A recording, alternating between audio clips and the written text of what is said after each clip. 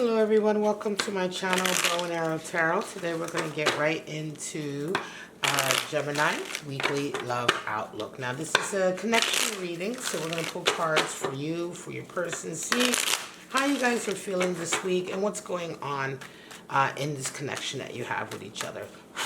Let's get that incense going. Alright guys, so beautiful Gemini for January 4th to the 11th. Thank you for checking out my channel. If you're a regular, thank you so much for your support. And if you're new, welcome.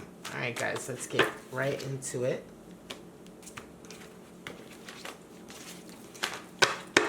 All right, Gemini, your person is coming in as Nine of Pentacles, and you're coming in as the Moon.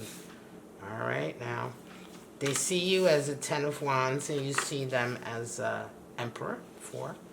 They desire death, and you desire 4 of Cups. Wow. And 3 of Swords is what needs to happen. And for you, Lover's energy. Wow. All right, Gemini, what is going on? What is going on? Let's pull these down just a little bit. All right. Jeez, a lot of tension this week in this connection. Let's get right into it. 9 of Pentacles and the Moon. That's how you guys are coming in this week. Well, 9 of Pentacles and the Moon. Let's get this focused. Here we go. 9 of Pentacles is strong, really, really sort of ambitious energy, right? This is someone who's worked very hard to get where they're at.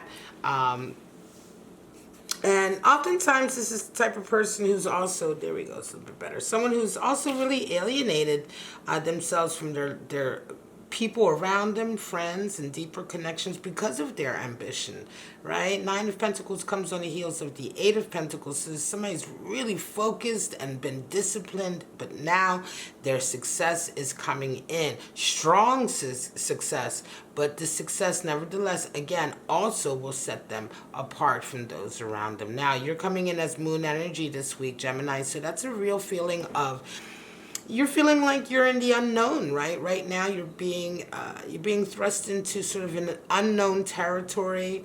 You're not really sure how to respond, how to react. You're not really sure if you're going to be strong enough to handle what's happening right now.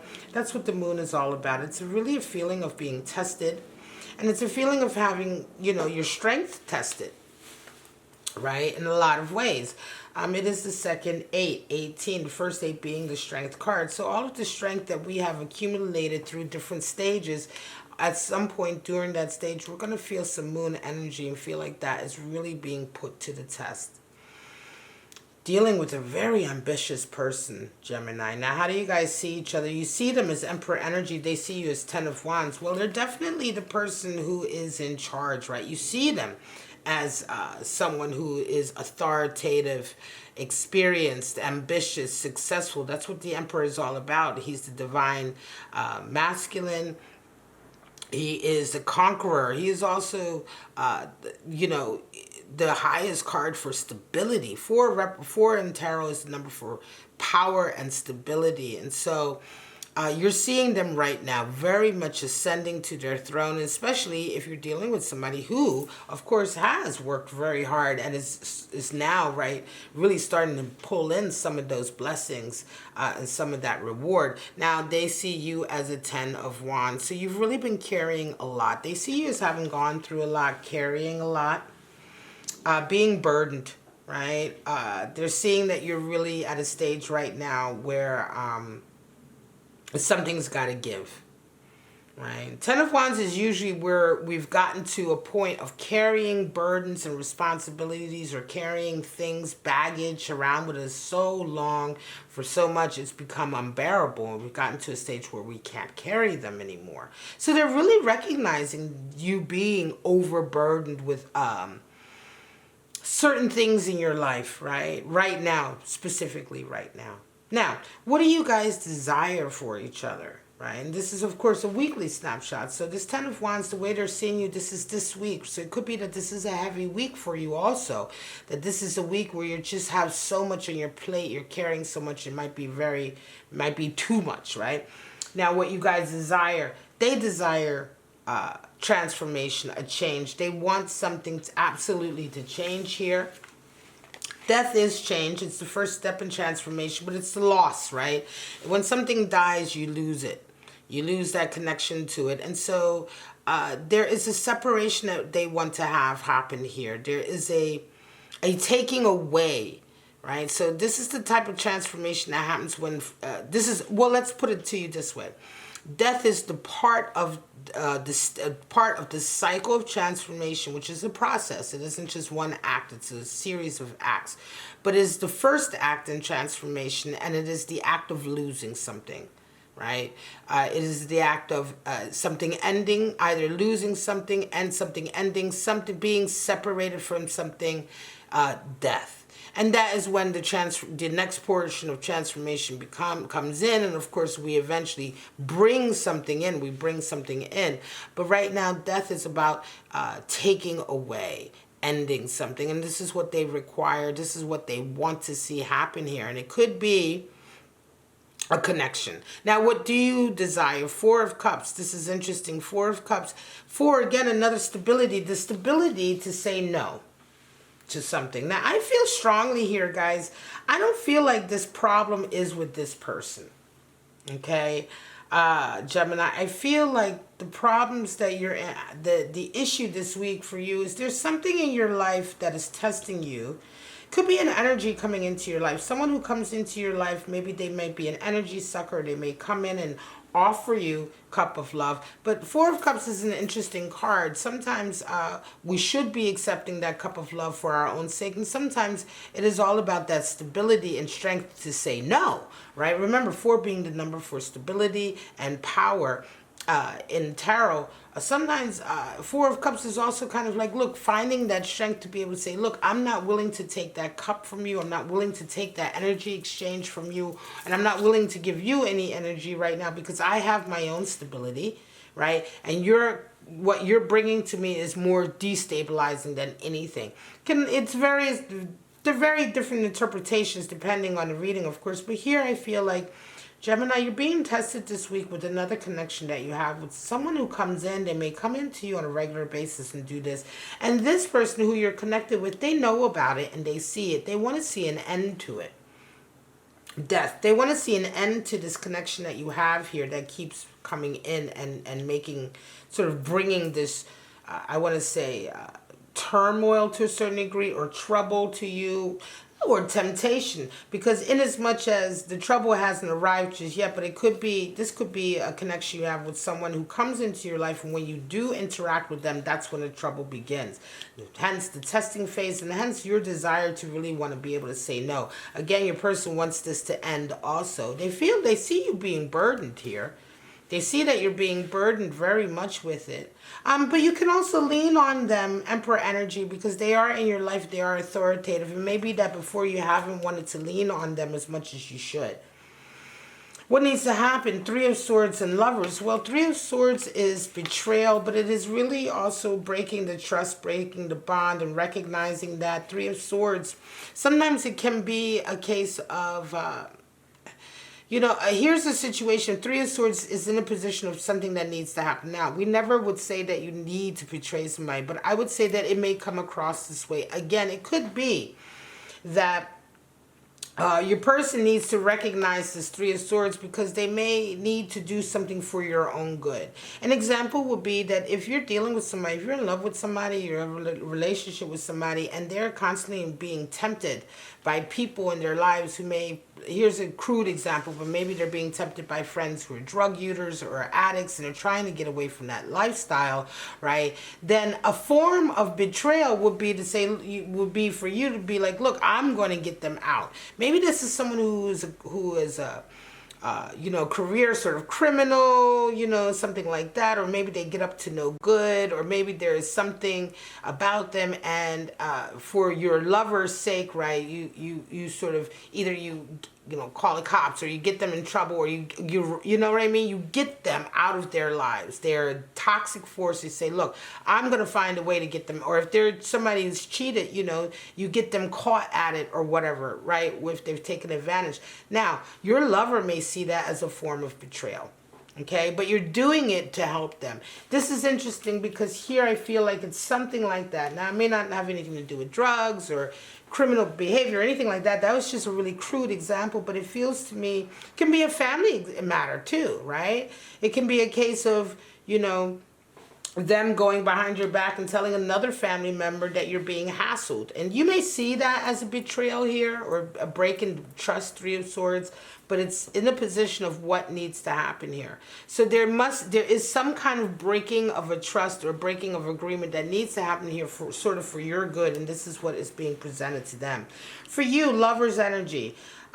Realizing what needs to happen for you is realizing, lovers, that in a love connection there's a give and take, and it is not always going to be great. It is not always going to be what you exactly wanted or the way you expected it to be. Finding harmony, that lovers connection, that harmony that is protected, by the way, right? We have here an archangel protecting this union, this blessed union, right? Is because of the work you're willing to put in. Right? Because you're willing to lay yourselves bare, be in front of each other. So you're willing to be vulnerable, you're willing to help each other, right? And so this is kind of the holy compact. This is like, you know, this is what we would say, okay, you know, in the eyes of your maker or your spiritual leader, what have you, marriage, you know, it's you enter into this kind of sacred bond that you're not willing to break just trivially, frivolously, just because you're upset or just because you're unwilling to work. You realize that that connection requires to work, and sometimes it requires people to do things that you don't want them to do. This is an interesting, very, very interesting reading, I think, for a Gemini who is with somebody in their life who has authority, they have money, they have the ability to help you, but you've been struggling with something else in your life. I feel like it's a connection with another person in your life who is not good for you or healthy for you, and this is a week where this issue is coming up again. You're going to be feeling like you're being tested, and your person is going to be feeling like they may be taking a heavier role in making decisions on how to move forward with all of this. I'm going to pull some animal spirits just to see where you're at with your animal spirits. What? Oh, we got one flipped over. Which animal spirits you guys are working with this week? This feels like a very cooperative connection. So again, like I say, this is not... I don't feel like there is... I want to say crisis or turmoil. I don't feel like there is challenge between the two of you. You two. I feel like challenge is in your life, Gemini, and your person is working very hard this week or really, really busy this week. Worrying about it, conscious of it, wondering what to do for you, wondering how to help you.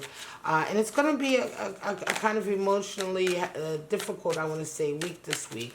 But if you rely on each other and you trust your person, lover's energy, then whatever it is they need to do here with that Three of Swords, realizing that it's for your own good may be the best thing. We have the crocodile, wow, and the tiger. Well, there we have it. The crocodile is all about that energy of waiting, right? So we have fire, water and fire. So the crocodile is watching, always watching, always waiting, but not just waiting, right? Watching, being active waiting. When we talk about active waiting, right? Actively waiting, actively paying attention to what is going on. That's what the crocodile is all about. Waiting for its perfect time to make its move, right? And then when it makes its move, it moves from a position of extreme power and quickness, right? So biding your time, being patient, but being sort of focused, alert, actively being patient, actively paying attention, actively waiting for your perfect opportunity. And this is an emotional card, right? It's a water card. So we're talking about resisting the temptation to be dramatic and overly sensitive, and really just holding your emotions in check until the moment is right. Then we have the tiger, which is the animal spirit for conquering fear.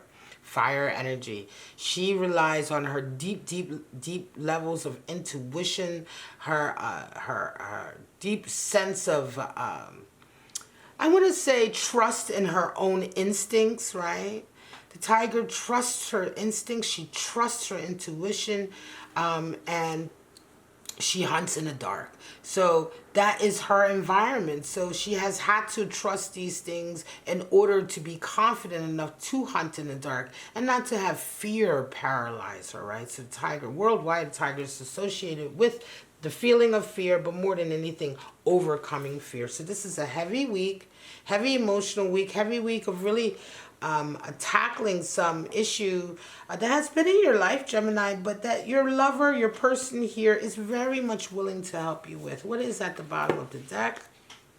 Seven of Swords, a card for treachery and futility. So Seven of Swords is yeah, somebody in your life is treacherous. They have resorted to really coveting and trying to take from you and not working for themselves.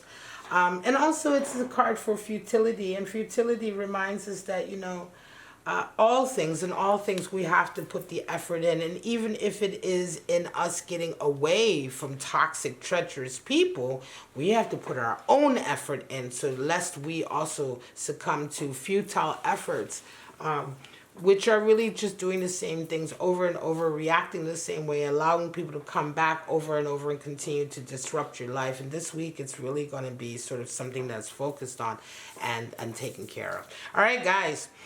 Heavy reading for Gemini and their connection with this person and what you guys are going through, more or less what Gemini is going through this week, and how your lover or your person here will be helping you. I hope this gave you some clarity, guys. If it did, please like, subscribe, and share. All of that good stuff. I'm so glad to be back with you. I did take a little break. 2020 was just too much towards the end, but we are back. I'm back. 2021 Bow and Arrow Tarot is back. My name is Rebecca Bay. I love being here. I love giving you your readings, and I will see you guys at your next reading. Bye-bye now.